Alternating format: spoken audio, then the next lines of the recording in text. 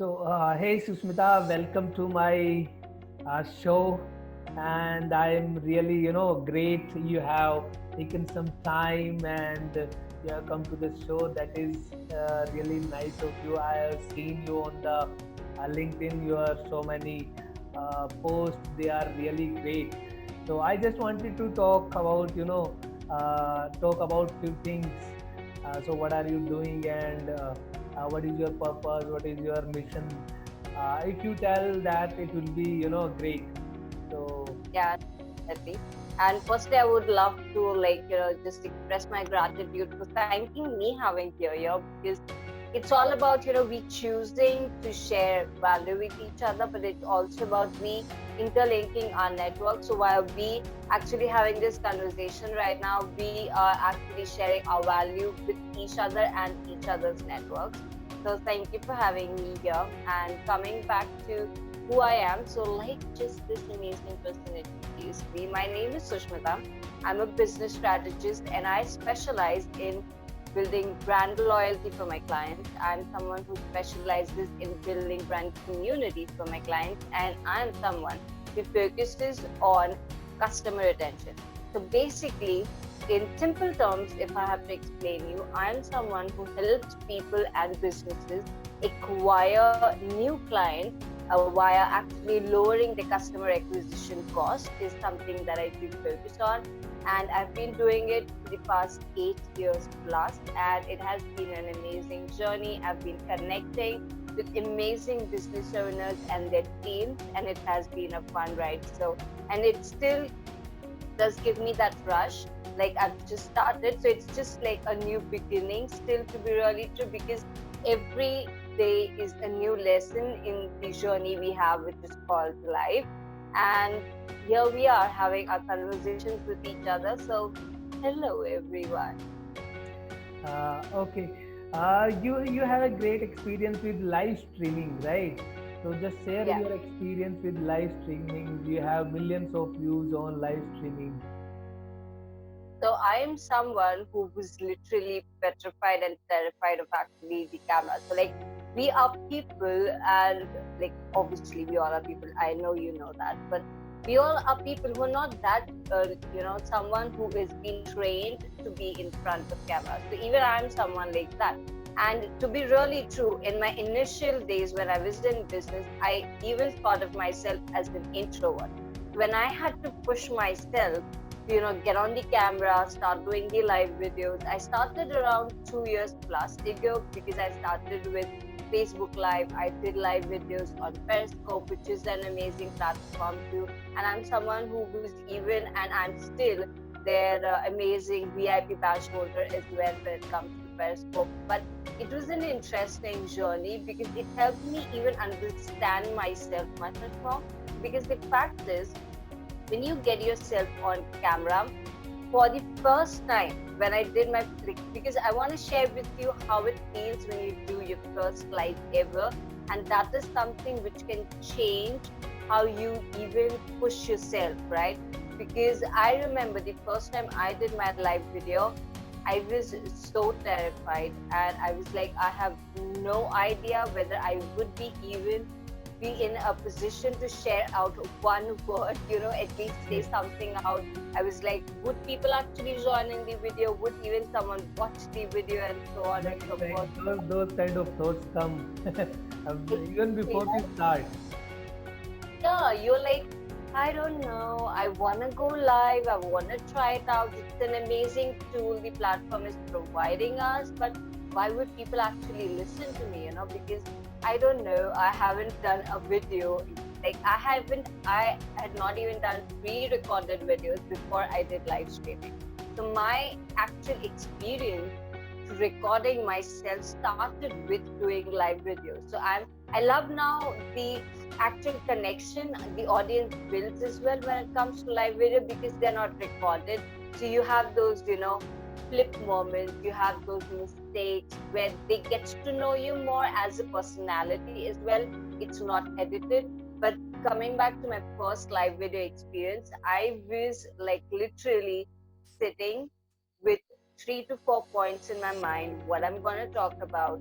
And then I hit the live button. Like I was like, okay, I'm gonna go for it. I hit the go live button, and I had, like, for the first time ever, I went live and I had as maximum as 60 people watching me live, and I was like, Oh, oh my god, that was this great. is, yeah, it's like, oh my god, 60 people are watching me. And it was really amazing because when people joined in, they had amazing things to ask.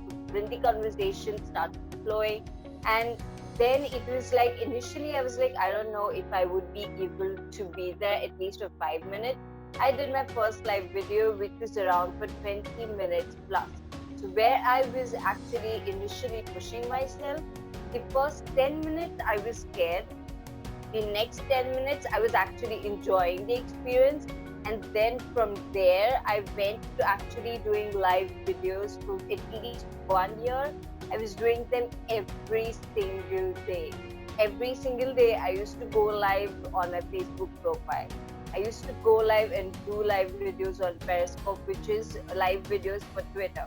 So then I used to do live videos in my Facebook group or in a Facebook community where people, because I was doing live videos on my profile, I used to invite them over to close community who wanted to, open up their experiences, talk about what they're going through when it comes to the entrepreneurial journey, their businesses, their queries, and so on and so forth. And it was fun. So when we used to have these, and most of my lives, which I did in the initial time, were actually Q&As. So they were like instant or spontaneous Q&As where people would ask me questions and I would answer them. So even when LinkedIn gives me the opportunity to get started with live video, I would look forward to get started with the Q&As here because it would be interesting. Firstly, I would get to know more people. I would get to understand. I know them now, but the fun is best when it's really spontaneous because they bombarding me with questions, I answering them, and they instantly actually coming back with their further questions. You get to not just know them, you get to also understand their exact thought process, and then it's another kind of conversation which you can have with them in a far more open way. Because I realized this as I got to know people who I did live video with while they were with me on the on the comment section and I doing the live videos. I got to understand them much more than I actually got to understand them because they're global viewers, right? We Right. are global platform, so and these are people who you would not even think about connecting if you are just gonna be, I don't know, maybe share, because it's about one thing. Some people are gonna watch live videos. Some people are who love more pre-recorded videos, so they're gonna watch your pre-recorded videos. And some people just love reading content, so then they just want to read your content. And some people are loyal followers.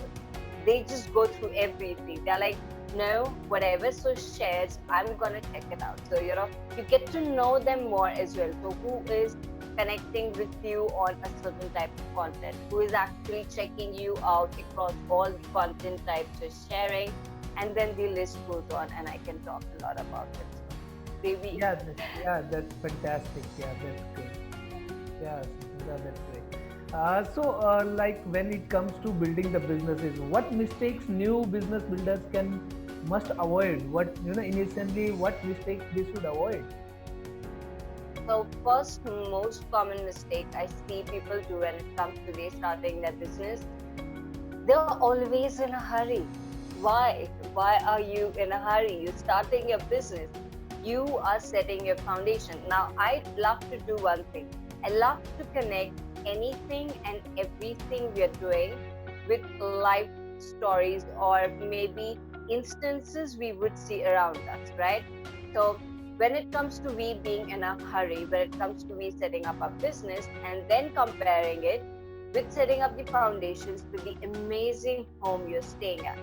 Now, think about it this way: if you're staying in a building, whether you have an amazing bungalow or you're someone who's living in a villa, however your house is, if you or the team who is working, obviously you were not working when the house was built, but the team which is actually building your house, would build the foundation in a hurry, when there's the earthquake, would it actually stand a chance?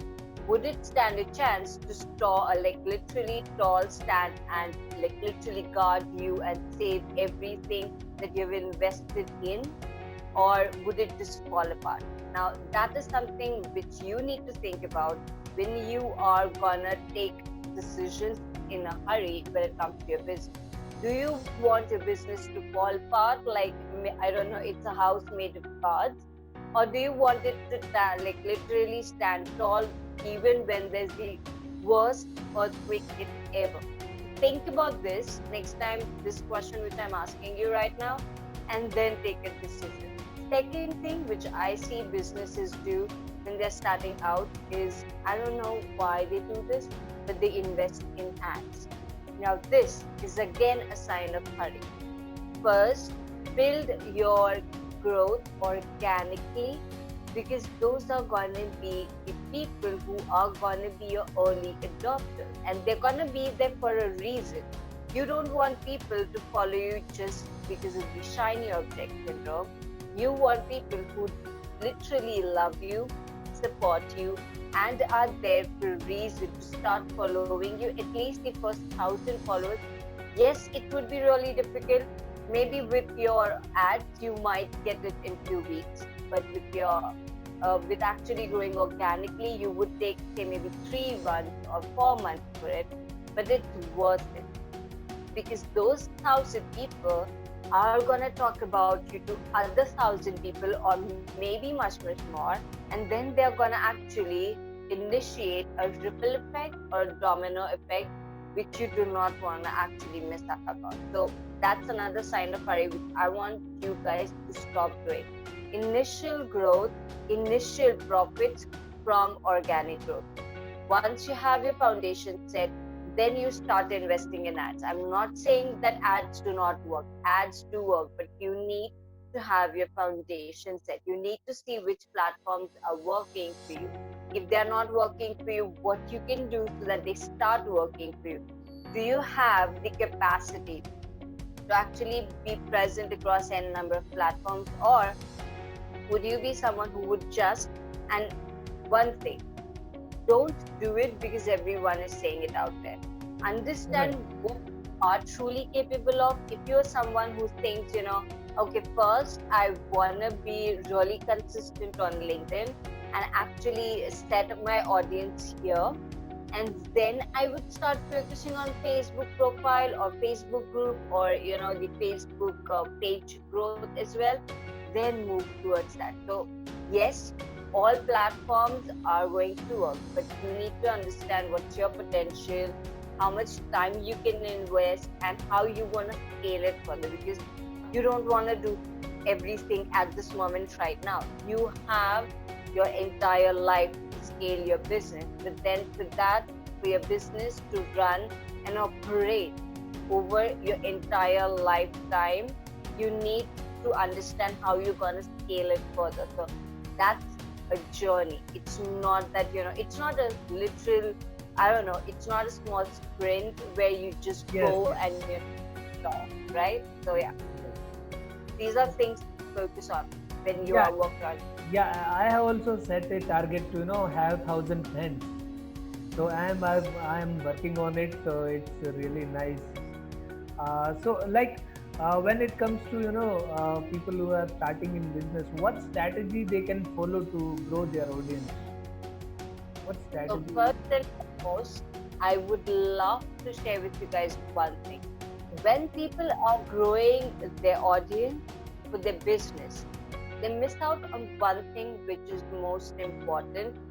That's the emotional connection. Now they get confused that should I actually build my business from like a brand perspective or maybe a personal brand perspective. So like for example, I'm someone who is a business strategist. Now I have my own agency, but I actually market my business more from the front end as my personal brand than actually talking about my company. I talk about the experiences I have with my client, but in the front end, it's me. So you need to understand, it's always, even if you want to bring your company's name out, you want to have your LinkedIn page, you want to have your Facebook page, that is great, but they want to know the person behind it. I mean, think about it. There are n number of insurance companies out there, right? Now when an insurance agent actually approaches you, do you choose the amazing insurance policy because it is specifically from that company, or you also keep one thing in mind: who is the person who you will be going back to whenever you have any problem, any issue, when it comes to your policy as well. So it's all about the emotional connection and the person behind it. So even if you are building a brand which is maybe from a company perspective, or you are building a brand as a personal brand, make sure you're sharing out who you are, you're being yourself, and do not ever change yourself because you think people might not accept you in that way. Just be who you are, be strategic about it, and those people who connect with you exactly the way you are, the things you like, like literally, I mean, look at me right now. I'm someone who has actually black nail color, right? I know n number of people who hate it, but I know n number of people who like it. So even though people who do not like black nail color, they might actually turn away from maybe what I do, or, and this is just an example, but they might actually turn away from it. But then there are other people who actually like it, and they know how, or which kind of personality it actually represents when it comes to a person, because not everyone's going to have a black nail color on. They have it because they have a certain kind of personality. Now this is something which you need to keep in mind. Just be yourself, share out your journey, talk about your work, and just be, don't be over transparent where you're literally being too vulnerable, but have a, strategic balance of how you are sharing it out. How is it projecting your brand? Does it actually connect with the position your brand has right now in the market? And then that's how it would actually help you connect with more and more people as well. So think about it, guys. Yeah, that was great. I got clarity, just in front of. I was taking my page first, but now definitely I will take your advice that I will go in front and then I will have my page company and then other things. That is great. Exactly.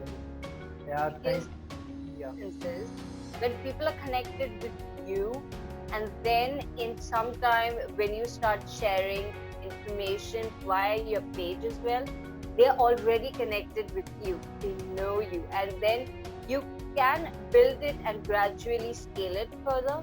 But then, just like I said, the foundations do matter. And even when you are scaling your business, the foundations still need to be strengthened as well.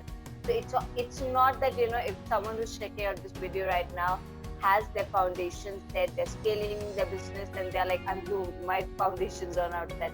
Well, they can be still strengthened. As far as you're ready to invest back in it, you're gonna get the result. There's no problem with that. So yeah. Thank you, Sushmita. Thank you. It was nice talking to you, and I got much clarity today. Thank you so much. Glad to be here. Thank you.